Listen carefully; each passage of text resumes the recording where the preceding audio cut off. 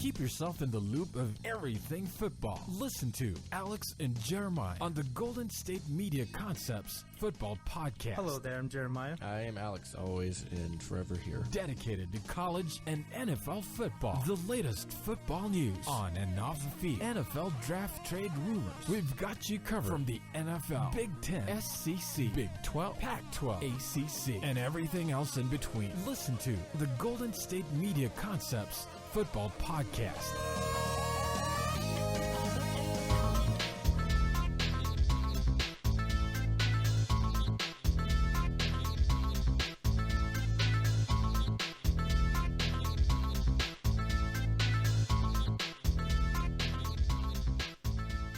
Thank you for tuning to the Golden State Media Concepts Football Podcast, where we talk the latest news, rumors, and games of the NFL and college football, from the latest signings to this year's breakout stars and all the news in between. As always, I'm Jeremiah. And I'm Alex, and dude, I am excited for this show. Oh, man, me too. We're finally going to preview some NFL divisions. We're going to be starting off with the NFC South. Yes, we are. So that means, obviously, we're going to be covering the Falcons, the Panthers, the New Orleans Saints, and the Tampa Bay Buccaneers. So I can't wait to get into it. We're just going to hop right into it. Oh, let's hop in there, man. We're going to just jump in there. Mm-hmm. And so we're going to start bounce with, like a bunny. All right. Okay. So real quick, the standings of last year's NFC South were as follows. Obviously, the Carolina Panthers won their division, eventually, going all the way up to the Super Bowl and losing to the Broncos.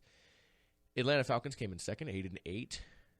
Saints came in third at 7-9, just below the Falcons there. The Buccaneers in the first year under Jameis Winston at quarterback were 6-10. They were in a lot of games. They were out of a lot of games, obviously, and then not to mention, obviously, the Panthers went 15-1. Yeah. So we're going to start with the Carolina Panthers and previewing their season heading into this new 2016 NFL season. They just played a game on Thursday last week against the Baltimore Ravens. They lost 22-19. It was a close game in their preseason. They have a couple games left, obviously, Tennessee, New England, and they face my favorite team, Pittsburgh Steelers, Week 4, last game of the season, and then they open up Thursday night, Super Bowl rematch. So first game of the NFL regular season. So what are you looking at with the Panthers this year? What do they need to do to get back to the Super Bowl? Well, the first thing that comes to my mind is Calvin Benjamin is returning. Yes, he is. You see what Cam Newton has done with this group of receivers last year. Mm-hmm. Cam Newton arguably had one of the best seasons for a quarterback. Arguably, you can make a case for it in terms of stats. In terms of the style of play. That too. There's been better passers and there's been better runners, but at the same time, the stats together were very impressive. Yeah, and Ted Ginn was best receiver of this team last year. And, man, he had some drops. He did. He had some dropping and problems. I really think not having Calvin Benjamin, I think that hurt the Panthers in the Super Bowl. I think if they had Calvin Benjamin that game, it would have made a difference. Yeah, I like Kelvin Benjamin a lot. Kelvin Benjamin is a receiver that I liked coming out of school, and I thought it was a big blow for them not to have him on the field last year. So I'm looking forward to having him, to at least seeing him back on the field this year. It's the rich get richer kind of thing. I mean, the defense stayed pretty much intact other than Norman. The offense pretty much stayed intact. Everyone's still there. Another piece, Everyone is still there. They got their true number one back. So. And then the guy that I'm looking forward to watch this year is Devin Funchess. Yeah, he had a pretty good year last year in limited play, coming on late on the last end of the season there. Had some good playoff performances. But yeah, interesting to see how he produces more in a deeper receiving core. Coming off 1 year, with the team. And I think he's honestly on his way to a breakout season. Devin Funchess, that is, yeah. And he's been probably the best player in camp, according to multiple reports and a lot of national media. Mm-hmm. And, he had a lot of work with Cam Newton, with Calvin Benjamin being sidelined so long with the ACL injury that he suffered last August. Calvin Benjamin barely getting on the field this past summer. So I think Devin Funchess can be a solid number 2 receiver late, probably this year. He's not going to start right away unless Devin Funchess. I'm sorry, I thought you said Kelvin Benjamin would be. I was like, he's the number 1. No, Kelvin Benjamin was the number 1 guy. Sorry, yes, I thought you said that. Okay, go ahead. Oh, I'm done. You interrupted me. Well, players I'm actually looking forward to is 3 of them, and they're all the cornerbacks that they drafted within the draft James Bradbury in the second round out of Samford, and you have West Virginia's Darryl Worley in the third round, and then Oklahoma's Zach Sanchez. They drafted 3 corners back-to-back. Yeah, Bradbury went in the second round at Samson University. Just said that, man. And Darryl Worley just went to the Don't in the you third dare round. say it. Out of what? West Virginia? Oh, my God. I just said that. I know. I'm looking forward to seeing how they play because, they did lose arguably their second best, in my opinion, defensive player. And that was obviously Mr. Josh Norman going over to the Redskins and staying in the NFC there. Different division, of course. But, they look like they're going to be playing at least Bradbury for sure early on. Maybe not starting, but early on. And it's really going to see how the secondary produces now that they lost, arguably a shutdown corner. So I'm interested to see how that goes for them. Yeah. And the front seven's still there. You got Luke Kuechly, who I think is top 3 defensive player of the game, maybe top 2. I was going to say, I think he's the best linebacker in football right now. Best male linebacker. Yeah, I think he's best. Yeah. Best male linebacker. Best linebacker. That's not like a rush linebacker, of course. Yeah. I mean, even though he rushes the passer great, he really does. But I think you're right. I think Funchess can have a good year this year, with the addition of Kelvin Benjamin coming back. I think Cameron Artis-Payne can have some more touches this year to really spell Jonathan Stewart, who had a good year last year, but he is getting older. Yeah, they got Fozzie Whitaker. He's kind of a hybrid fullback deal. Like, he blocks, but he catches. And, it'll be interesting to see how they use all 3 of them. I mean, he's a quick fella. And they have Tolbert, too. They have Fozzie. They have Tolbert. They can. Tolbert's more of the natural fullback in that formation. They can honestly, they can hand the ball to Tolbert at times. They do. They throw the ball to Tolbert. They can, and then obviously you have Thomas Davis coming back on the defense side of the ball. Coney Ely playing at a high level on the defensive line. I think they're in a good position to not only win the division again, but really make a deep playoff run. Make noise in the playoff run again. So that's personally my opinion on the matter. Yeah, and getting back to these cornerbacks that the Carolina Panthers drafted in May, Bradbury and Worley, none of these guys can be Josh Norman. No one can. And as we know right now. Yeah. Oh, as we know. And then, well, I mean, technically none of them can be Josh Norman because Josh Norman is a person. He can't be the same person. Oh my God, that's not what I'm trying to say. I'm with you. Okay, well, I think we talked about it on an early episode. I think it might have been the one that never got put online. We're talking about Josh Norman, but was Josh Norman's season, was it due to the front 7 or was it because of him? And if it's because that's what they're and if it's because of the front 7, then I think these guys are in a good position to be successful right away. And these are second, third round guys. I don't know what Sanchez was drafted on top of my head. I think you said it earlier. Zach, he's 5th round out of Oklahoma. 5th round. Yeah, these guys are first 5 rounds. Yeah. Very valuable pieces. A lot of good players come in the second and third rounds, sometimes the 5th also. I think these guys can honestly be in for a really good year if the front 7 performs the way like they did. And I think they can be one of the best in the league again. Yeah, I do too. And again, you have first round pick from last year, Shaq Thompson played at UW. He's from this area. Actually, he played him in high school football. Yeah, he's from Sacramento. Yeah, I played him in high school football when he was at Grant High School, so I know I've followed him very closely. And then obviously he went to Washington, and I'm a Washington State fan, so I was again keeping an eye on him the entire time. So I mean, he played lights out. He was definitely a real big key to them. There's news coming out from the Panthers themselves that Funchess and him are co-training camp MVPs so far. So I'm really interested to see how they play this year. I really am. Yeah, I don't see another 15-1 season. That's hard for anybody. It's hard to, and it's hard to actually go back to the Super Bowl for any team. And I think the last team to do it was, I think, the Buffalo Bills in '93. To lose and go back. Yeah, because they lost and then they went back and they lost again. Oh, you mean lose they lose and go back, right? And go back. Yeah. I think I want to see. Yeah, maybe the Bills. Yeah. Yeah, I think. Yeah, it's been I a would while. I would have to sit and think about it. But Yeah. I'd have to do that in silence, and I can't do that on the show right now. Yeah, you can't do that. Please don't go silent on me. Yeah, I can't. No, please don't do that. Okay, well, I think they're going to win the division. I think you think they're going to win the division. So that's great. And then the schedule here, they have a fairly easy schedule in a way because They do play the NFC West. There's a couple of teams they can beat there. And then I think they play the AFC South. I think so. No, AFC West. AFC West. No, AFC West and NFC West. Yeah, they do. They play the West. They play the West side. Yeah, there's definitely some teams they can beat in there. So, again, I think they're going to win their division. Yeah, me too. I think they're going to win the division, and I think they're going to be in the playoffs again. All right. So, we're going to take our first break here. We're going to get into the Atlanta Falcons when we come back. So, don't go anywhere here at the Golden State Media Concepts Football Podcast. Tired of searching the vast jungle of podcasts? Now listen close and hear this out. There's a podcast network that covers just about everything that you've been searching. Hey! The Golden State Media Concepts Podcast Network is here. Nothing less than a podcast bliss with endless hours of podcast coverage.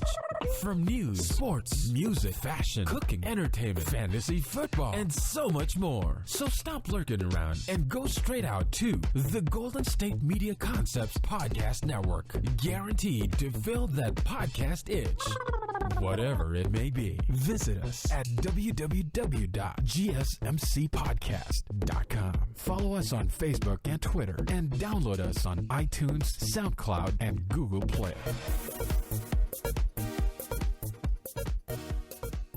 All right, and we are back here at the Golden State Media Concepts Football Podcast, having just previewed the Carolina Panthers season. We're going to move on to the Atlanta Falcons, finishing second place there in a division. Of course, it's going to be hard to unseat the Carolina Panthers when you only have 8 wins in that hardened division, you could say. So 8-8, the Falcons had last year. They have a lot of returning pieces, of course, on the offense side of the ball, and they have some additions on the offense as well. Jeremiah, you want to get into some of those? Yeah, one of their I would say big, but one of their notable offseason signings was Mohamed Sanu coming from the Cincinnati Bengals, and he's supposed to fill that void of Roddy White, who the Falcons cut earlier, this offseason. And, Sanu, he did play well in times when A.J. Green was not able to play, or when A.J. Green was just playing shut down in Cincinnati. And I think he's a good potential fit for this offense, because Julio Jones, he's a top 5, top 3 receiver, and, they're going to double cover Julio Jones a lot. Oh, yeah. And so Mohamed Sanu, he's going to have a lot of opportunities. He's younger than Roddy White was, and Roddy White was probably he had trouble getting open last season. Roddy White, that is. Yeah, he did. He lost his ability to get open. Yeah, he just wasn't the same guy that was with the Falcons. When he got drafted there, late in the mid 2000s. Yeah, late 2000s. Yeah. No, I know what you mean. Obviously you have arguably one of the best, I would say definitely top 5, if not top 3 receivers in the game. Julio Jones, you have Mohamed Sanu now, obviously, like you said. Justin Hardy's a young receiver that's coming in, kind of taking that role that Harry Douglas, for a long time. And then you have Devontae Freeman, of course, on the offense side of the ball. You look at the defense is still very much intact. You have a lot of young players on the defensive line in the last few years they've drafted. You have, obviously, Desmond Trufant there on the outside, not to mention you have young players throughout the top and bottom of the defense, including older players and veterans like Mr. Do you remember? Who they signed this offseason? Mr. Dwight Freeney. Yeah. And then they got Adrian Claiborne there. They did get Adrian Claiborne. He looked good in some of the preseason I saw. They still got Vic Beasley. And, they got Sean Witherspoon, Keanu Neal. Yes, Keanu Neal's a good I like him. I like him out of Florida, this first-round pick, absolutely. And they went heavy defense. They went safety, deep, they need linebacker. They went for tight end in the third round, but they went right back for linebacker again in the fourth. So their first 3 of 4 picks were all on the defensive side of the ball. And they needed help on defense, especially the pass rush. They needed help on that side. And that was, especially with the quarterbacks, Dwight Freeney. Especially with the quarterbacks in this division. Absolutely. They need this. Yeah, and of course you have, Matt Ryan is the quarterback. Matt Schaub is back as the backup quarterback in Atlanta. Is he? Where he started his career. Yes, okay. And they even have a Sims, Phil Sims' youngest son, Matt, at least the youngest in the league, obviously. But no, a lot of young, good players on that team for sure. And arguably my favorite name in the tight end position, and that's Levine Toilolo. That guy's a monster, 6'8". Out of Stanford, he played with Andrew Luck. That guy is huge. But it's really going to be, and they got Alex Mack. Don't forget that in the center position. A lot of good, for the most part, offensive linemen. But Adam Levitri is still there at guard. But a lot of it's going to rest on their defense. They still have Jonathan Babineau. They went, like I said, drafted Vic Beasley out of Clemson 2 years ago now. Obviously, they went and got Claiborne and Freeney. Rashid Hageman, who was their first-round pick last year. Tyson Jackson's a good, somewhat veteran now. He's been in the league for 8 years. It's really going to be on them on how they can rush the passer. Obviously, Courtney Upshaw, second year with the team now out of Alabama, formerly with the Raiders. Philip Wheeler, who was a former Colts. Courtney Upshaw was with the Ravens. I'm sorry, I said Raiders. Because that's why. Because Philip Wheeler used to be with the Raiders. Yeah. Colts and Raiders. Thank you. Paul Warlow, who's their middle linebacker. He has always been looked upon as a great player there. They have Brooks Reed on the outside, more of a rush linebacker. Devontae Johnson now starting at corner with Desmond Trufant. So I think, it's really going to be up to their defense to help win games for them. It was a really sore spot for them, obviously, last year. Late last season, by the way. Injuries were hard for them, but it was definitely the defense that, one side of the ball played better than the other. It was the offense, of course. So another player I want to talk about in their offense, he's not a starter due to Devontae Freeman, but running back Tevin Coleman. Tevin Coleman. I like Coleman a lot. Yeah, he was a starter to begin last season until we got hurt, and then Devontae Freeman just ran wild with everything. Yeah. Coleman runs. He runs strong. He's powerful. I mean, people forget this is a team that won. They were undefeated heading into October. Yeah, they started out 5-0. Yeah, there were 6 of their first 7 games they won, and then they went on a tear of 6 straight losses. Yeah, they went 2 of which were inside the division. They lost 8 games and won 3 for the final stretch of their career. So it was like a tale of No, two they only seasons. won 2 the final stretch. They had their bye week and they only won 2 games. Now keep in mind they were the only team to beat Carolina in the regular season last year. Yes.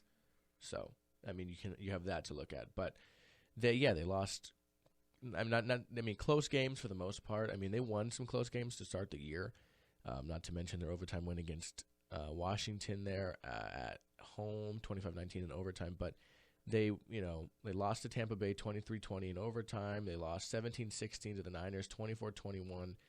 23-19, and then they got blown out the first time they played Carolina 38-0. So they went from winning those close games and finding ways to win in the first stretch of the year to just absolutely losing them. Yeah, it's not what you. Those losses were just. Like I said, you look at 31-21, 48-21. Like I said, 38-0. That's on your defense. I mean, yes, your offense needs to score, but those losses were terrible. Like especially the one to the Niners, that was a snooze fest. That game was so boring. Was probably one of the worst games of the year. But anyways, getting back to Tevin Coleman here, I think if Coleman was stay healthy and holds onto the ball, it would help Devontae Freeman, Matt Ryan, that offense because they got a complimentary back. And if Tevin Coleman improves from last season, then this offense can improve and the running game can be dangerous in this division. Yes, the running game is very dangerous. And that's important to have, especially with the quarterbacks in this division. You got to keep those offenses off the field. And, the Carolina Panthers, the best defense in this division, hands down. There's no argument there. Maybe Tampa Bay. And the Saints are probably the worst in this division. But what do you mean, running game? Defense, yeah, okay. But I think the defense for the Panthers, for the Falcons, I think you can honestly, if this defense plays even average, I think this can be a 10-win team and possibly make a playoff appearance. I could see that. I could see the Falcons. I mean, they started so strong last year. They failed to make the playoffs the last 3 years, and Matt Ryan only has one playoff win. Yeah, he does. Yeah, and then last. Yeah, because they won one to go to the NFC Championship. Yeah, which was the last year they made the playoffs. They haven't made it back since then. Yeah. I think it's all going to rest on the defense. The offense is primed and ready to go, in my opinion. And the defense needs to play well because this is the toughest schedule in the division. No, they are tied for the toughest schedule in the league with the 49ers. Oh, yeah. And we all know how the 49ers so it's going to be tough. So this front seven needs to play really well. Can you bring that pass rush? All right. Well, hey, we're going to take our last break. We're going to get into the Saints, and we're going to get into the Buccaneers. So don't go anywhere, guys. As always, Jeremiah and I will be right back here at the Golden State Media Concepts Football Podcast. Do you want to be healthier, yet you just don't know what to do? All these shows telling you this and that, but nothing seems to work. Well, listen close. Golden State Media Concepts has got something great for you. The Health and Wellness Podcast dedicated to workout trends, healthy eating habits, diet, and everything about healthy living. Join us in our banters as we help you not just live life to the fullest, but live it to the healthiest.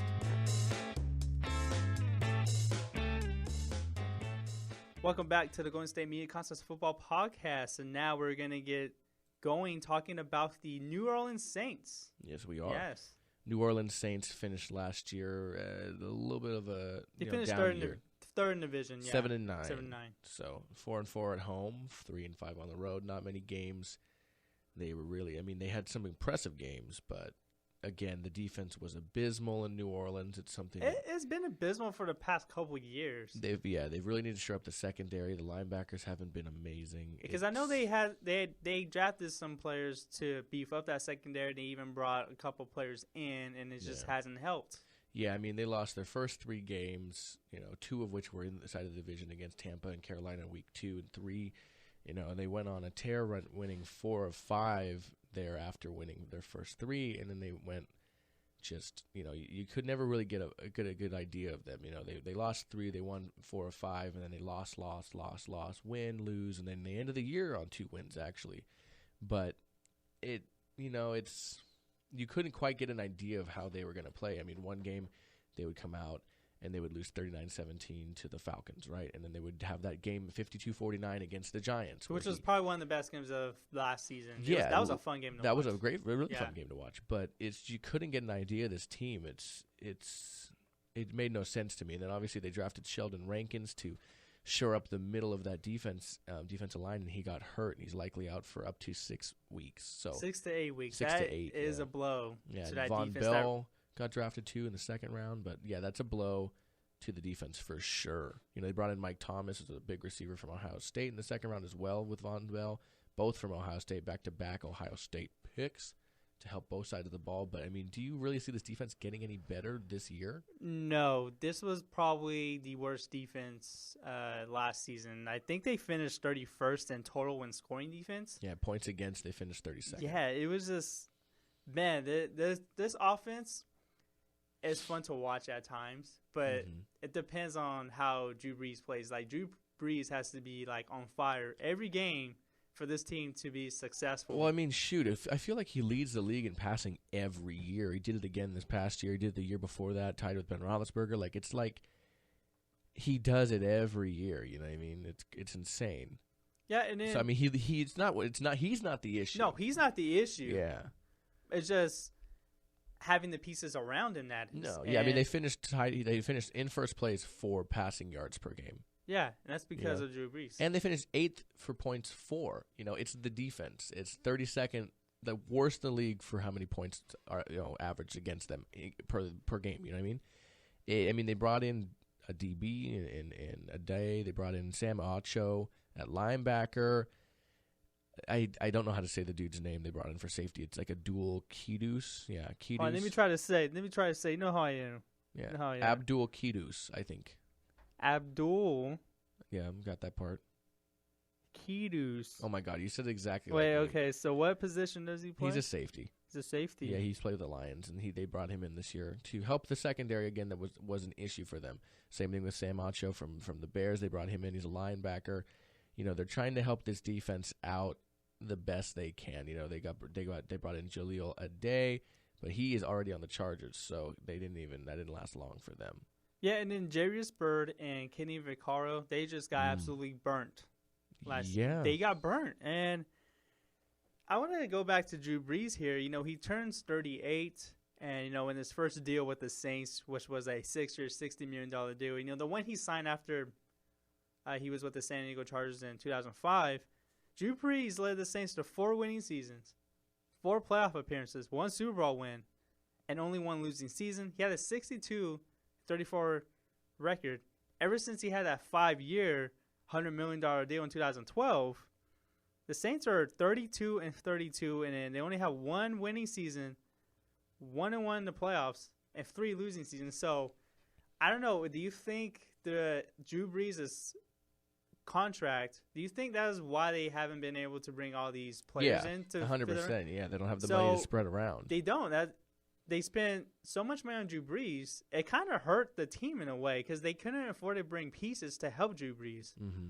And you obviously see, by the numbers I just said, how it's hurt them, and it's hurt them in this division. Because think about it, this division, the NFC South, was one of the worst a couple years ago. Yeah. Remember, the Panthers came in the playoffs at 7-8-1, and I think the Saints finished at 7-9 that year, 6-10. They didn't finish that good. Mm-hmm.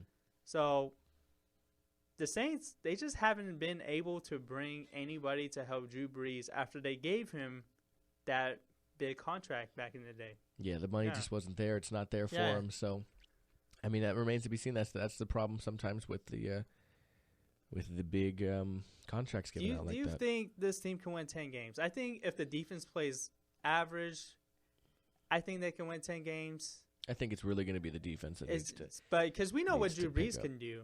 Yeah. And but it's the defense. Is this defense still the same? They perform the same. Yeah. Well, they're playing the NFC West and the AFC West also this year. Yeah, and there's some tough teams in these 2 divisions. Yeah, they got to play Kansas City. They have to play Carolina. Obviously, they have to play Seattle. They have to play Oakland. They have to play Oakland there. They have to play. They're playing the NFC East as well because they have the New York Giants this year. So at least they're playing them, and I can't see who else they have. You always get 2 opponents that are outside of the normal divisions you play. Yeah, and their schedule's tough. They have the 4th toughest schedule in the league. Mm-hmm. Oh, the Detroit Lions. That's it. Yeah, that's not an easy schedule for them, and not to mention their stretch of games at the end of the year. It's Tampa Bay, Arizona, Tampa Bay, Arizona.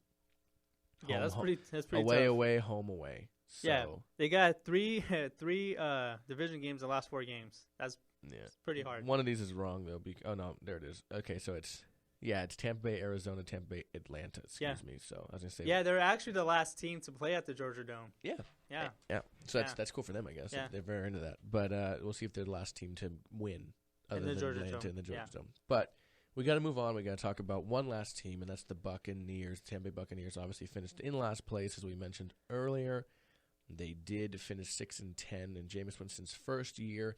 They had a pretty good draft. They drafted probably the second highest rated corner in the draft, and that is Vernon Hargreaves. Yeah, Vernon Hargreaves from Florida. Then they went straight for Noah Spence. Yeah, we were high on Hargreaves. We were, yeah. Robert Aguayo got drafted out of Florida State in the second round as a place kicker. Yeah, and he missed his first extra point in the preseason. Yeah, but then game. He went and nailed a long one. Yeah. So people, you got that. It's probably a little jitters. It's probably jitters. Mm-hmm. But it's really going to depend here on how Jameis Winston gets better this year and how he progresses. They lost their first preseason opener against the Eagles there, 17-9. He didn't look great, but he didn't look bad. There were some flashes. They finished, again, defense not very good. They finished 26th ranked in the NFL points against. They did finish 30th for points for, so the offense wasn't exactly great either. They did finish very high in rushing yards per game, and they had 5th overall with 135 points. Yeah, Doug Martin was a beast last season. They finished second in NFL rushing yards. Yeah, and then their passing yardage could be improved as well. Much more middle ground at 17. Which I think it will. We'll have to see. They have targets still, but the offense it remains to be seen. There's something that's not clicking. I know Jameis Winston did play pretty good for his rookie season. He played He had 4,000 yards. Yeah, he did play well. 22 touchdowns to 15 interceptions. So he performed I think he performed better than a lot of people thought he would. Yeah. Because, when he was one of the polarizing figures in college football when he was there. And, I remember his last game at Florida State, he had that little fumble. Oh, that was such a bad game against Oregon. And everyone thought he wasn't going to be as good because of that game. But, he obviously put it behind him. And he actually got torched by the Tennessee Titans against Marcus Mariota. And I do remember. Remember, Winston's first NFL pass was a pick six. And everyone was like, well, this is what. Here we go. This is what's to come. He obviously put that behind him. this team was 6-6 at one point before going to 4-game losing streak. Mm-hmm. They look like they're about to make a wild card run, but their defense, they didn't play well in the fourth quarter. No, the defense didn't play well a lot of the time, in my opinion. But I think this defense could play a lot better. I like the acquisitions they made. They got Noah Spence, who I think he's going to be potentially double-digit sack getter. They got Bernal Hargraves, teaming with, Jared McCoy. They got Robert Ayers. Yeah, they do. What's the linebacker's name? Devontae Bond. Yeah. That's his name. No. Middle linebacker's name. I can't think of his name right now. The middle linebacker on the... Devontae. Come on, you can do it. I can't. I think Levante. Levante David. There you go. Yes. I said you were mixing Devontae. Levante David. Yeah. Sir. I couldn't think of his name. It's okay. I understand. But yeah, man. Like I really do think this team has potential to be the second best in the division. That's saying a lot. Yeah, that is saying a lot. But I think they have that potential. But I usually think if Jameis Winston he replicates his performance from last season, I think that can be a wild card team. Because there's no way. I don't think they're going to win this division. The Panthers are no. I think they have a chance to be a wild card team if this front seven pass rush improves, and the run game is still there. Doug Martin is still there. That was a very important season for Doug Martin. Yeah, too. I said people thought he just didn't have it anymore. That was a very important season for him, and I think that was very important for Winston too. Because it gave Winston a running game.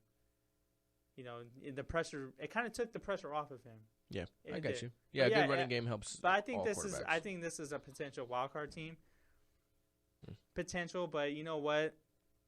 But I do think they are a year away from being really, really good. I think they're a couple years away. I say one more. Need to build the defense a little bit more. Need to build the offense a little bit more. They don't have a really key receiver. Mike Evans is good, but he's not the guy yet. I think Vincent Mike Jackson's good, but he's getting older. I think Mike Evans is good. I think he's good too. I'm not saying he's not. the guy there, but he's not. He hasn't become the elite pass catcher they want him to be, having drafted him in the top 10 yet.